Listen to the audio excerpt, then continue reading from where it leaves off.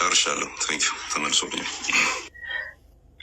መልካም ላይ ነው እኔ ሳይሆን ዘርሽ አማንን ግን አማንን መጠየቅ እንደው ቢቻል ደስ ይለኝ ነበር። አሁን በኋላ ሌሎች ካሉ ሌሎች እንዲያልፍ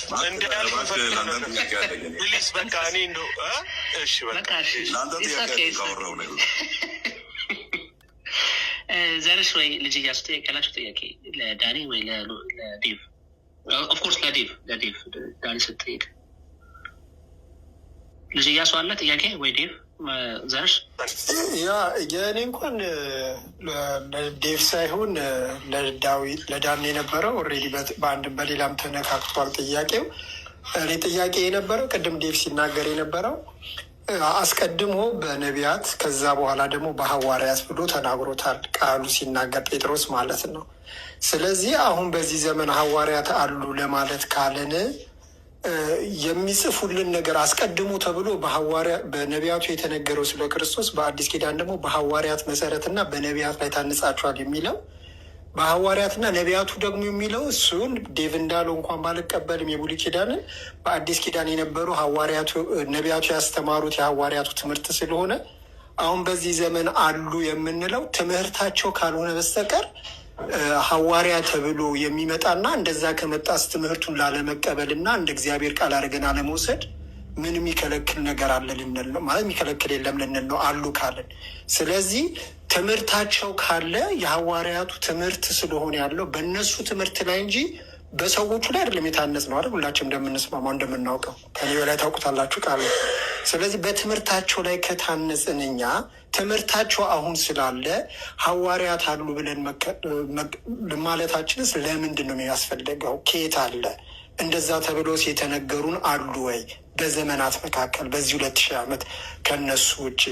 ስለዚህ ትምህርታቸው ግን አለ። ሐዋርያት አሉ ስንል ሐዋርያቱ ያስተማሩት ትምህርት ስለሆነ ሌላ አንድ ሐዋርያ ቅድም ዳኒ እንዳልከው ላሳጥረው እኛ ከሰበክ ነው እኛ ካስተማር ነው መልአክም ቢሆን እኛም ብንሆን የተረገመ ይሁን ካለ ጳውሎስ አሁን የሚመጣ የሚያስተምረን ሐዋርያስ ምን አይነት ትምህርት ነው? የእነሱን ትምህርት ከሆነ ሐዋርያት አሉ የምንለው እነሱን አይደለም ወይ? እሱ ነው ጥያቄ።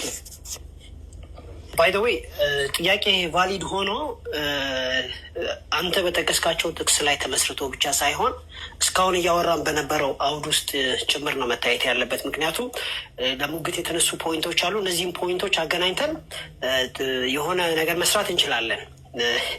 ግን መጽሐፉ ምን ይላል ሲል ቃል በቃል አንብበነዋል። ቃል በቃል ምንድን ነው ያነበብነው? ያው ሐዋርያት ነቢያት ያለ ቀጥሎ ይሄ ደግሞ አንድ እስክንሆን ድረስ ስለሚልና አንድ ደግሞ ስላልሆን ሙሉ ስላልሆን የቀጣይ ነው እንደሚቋረጥ ደግሞ የሚያሳይ መጽሐፍ ቅዱሳዊ ጥቅስ የለም የሚለውን ካስቀመጥን በኋላ ሌሎቹ በዚህ ላይ የሚመሰረቱ ናቸው እንጂ ሌሎች ጥቅሶችን ወስደን አሁን ቁጭ ብለን ማጥናት ይኖርብናል። እያንዳንዱ ነገር ሰፊ ነውና መሰረቱ ተቀምጦልናል። አይ ቲንክ ግልጽ ነው ብዬ አስባለሁ። ቴንክ ዩ።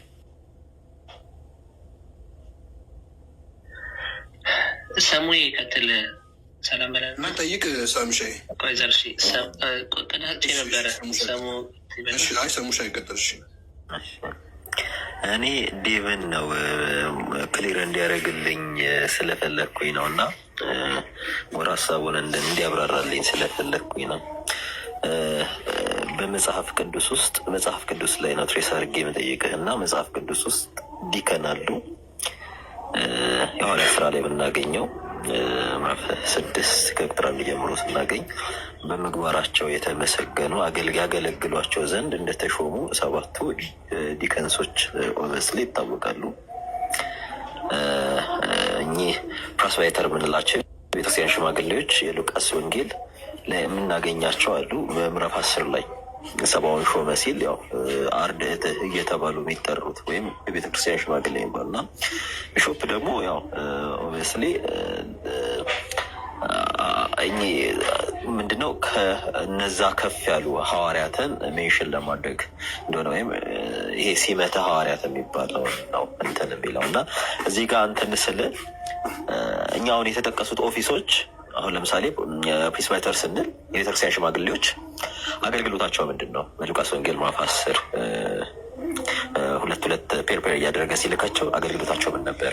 እሱ ላይ ሰፋ ያለ ማብራሪያ ቢሰጠን። ሁለተኛ ነገር ደግሞ ዲከንሶች ላይ የዲያቆናት አገልግሎት ምን ነበረ?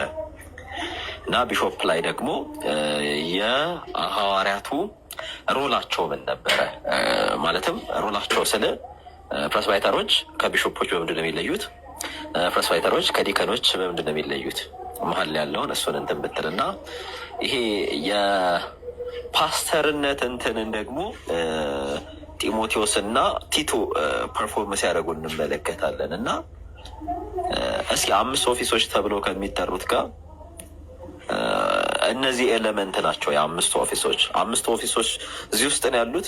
ከእነዚህ ነው ድራይቭ የሚደረጉት ወይንስ እነዚህ ራሳቸውን ችለው ከ5 ኦፊሶች ይለያሉ?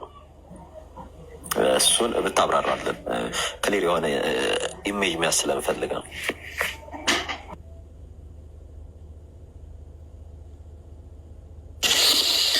በመጀመሪያ ሰሙ ሰላም ብያለው።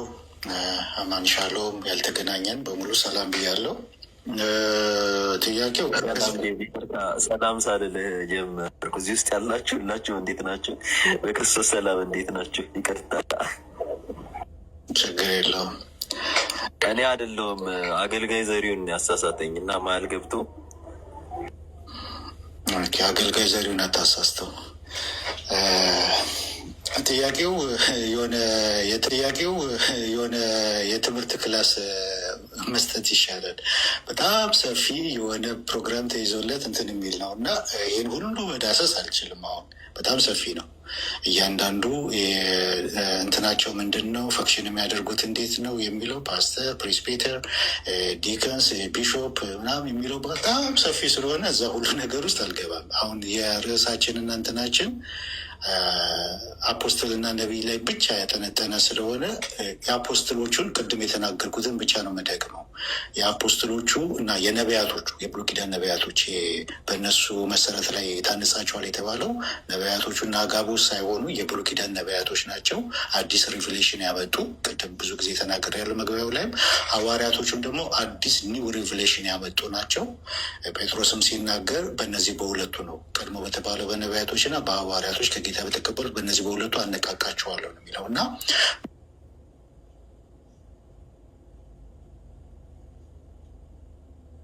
ዶክትሪን ላይ ሪቨሌሽን ላይ እንትን ያለ ሪቨሌሽን ያመጡ ዶክትሪን የቤተ ክርስቲያንን ዶክትሪን እንትን የጣሉ ናቸው። አሁን በዛ ዶክትሪን ላይ ነው ሌላውም እየመጣ ከዛ በኋላ ቢሾፑም ዲካንሱም ፕሬስቢተሩም እያነጸ የሚሄደው እና የነዚህ የበጉ ሐዋርያት ሚናቸው ወይም ተልኳቸው ዩኒክ ነው። ልክ የብሉይ ኪዳን ነቢያቶች ተልኳቸው ሚናቸው ዩኒክ እንደነበር የእነሱ አቻ ሐዋርያቶቹ ናቸው። የብሉይ ኪዳን ነቢያቶቹ አቻ ሐዋርያቶቹ ናቸው። ዩኒክ የሆነ ነገር ኒው የሆነ ሪቬሌሽን ኢንስፓይሬሽን ጥለውልናል። ያ ደግሞ መልእክታቸው፣ ትምህርታቸው፣ አስተምሯቸው በሙሉ በመጽሐፍ ተጽፎልናል። ካነኑ ተዘግቷል።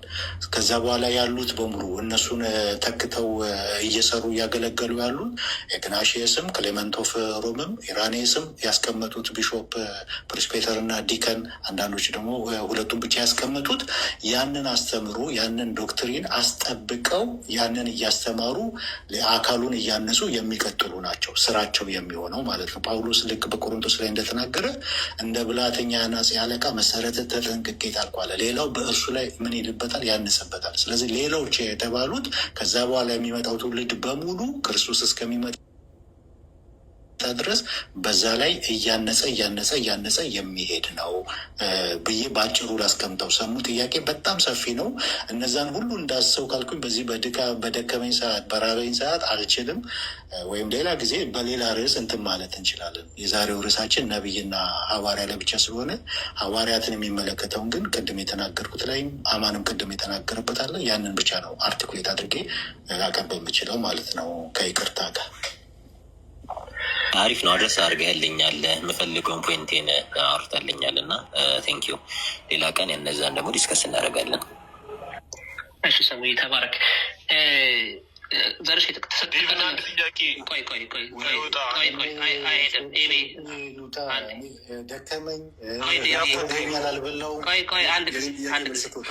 አንድ ጊዜ ዘርሽ አንድ ጊዜ ሚተር ታች 330 ሰዎች አላችሁ። የዴቭን አካውንት ፎሎ አድርጉት። ሶሪቲን ኮስቷን ፎሎ አድርጓት። ሌሎች ወንድሞችንም እንደዚሁ ፎሎ ማድረግ እንዳትረሱ። ዘርሽ የመጨረሻ ጥያቄ ለዴቭ ጠይቀው እና ከዛ በኋላ ኤብዬ እና አማን ትቀጥላላችሁ እርስ በርሳችሁ ከፈለጋችሁ። ዘርሽ አጭር ጥያቄ። እሺ ቴንኪ ሳሚ። ዴቭ ሰላም ብያለው። አማን፣ ዳኒ፣ ኤቢን፣ ሰሙን ሁላችሁም ከታች ያላችሁም እንዱን ሶሪቲን ሁላችሁም ሰላም ብያለው። ጥያቄ ምንድን ነው? ቅድም አማን ያነሳውን ሀሳብ ነው። አይ ቲንክ ሐዋርያ ስራ ኤፌሶ ምዕራፍ 2 ላይ ያለውን አንስታችሁ ቤተክርስቲያን በነቢያትና በሐዋርያት መሰረት ላይ የተመሰረተችው የሚለውን ሀሳብ አንስታችሁ ነቢያት መሰረት ጣይ ናቸው፣ ሐዋርያት መሰረት ጣይ ናቸው የሚል ሀሳብ ነው አማን ሲናገር የነበረው እና ከዛ ውጭ አልቀጠልም የሚል ጸጋው ይሰራል ግን ሰዎች ኦርዴንድ አይደረጉም ወይም ደግሞ ጸጋው አይሰራም የሚል አይነት ነገር ነው። ወይም ደግሞ ሌሎች ሰዎች በዛ ጸጋ ውስጥ አይገለጡም ከሆነ ኤፌሶን 4 ላይ ጳውሎስ እንዴት ነው የዘረዘራቸው 5 የጸጋ ስጦታዎች ብሎ የሚል ጥያቄ ነው።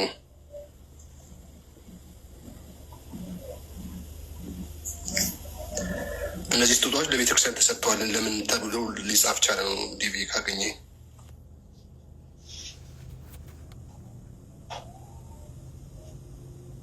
ጥያቄው ምንድን ነው? የመጨረሻው ፖይንቱ ምንድን ነው? አሁን ሐዋርያቶችን እና ነቢያቶችን ከዶክትሪን ጋር ከሪቨሌሽን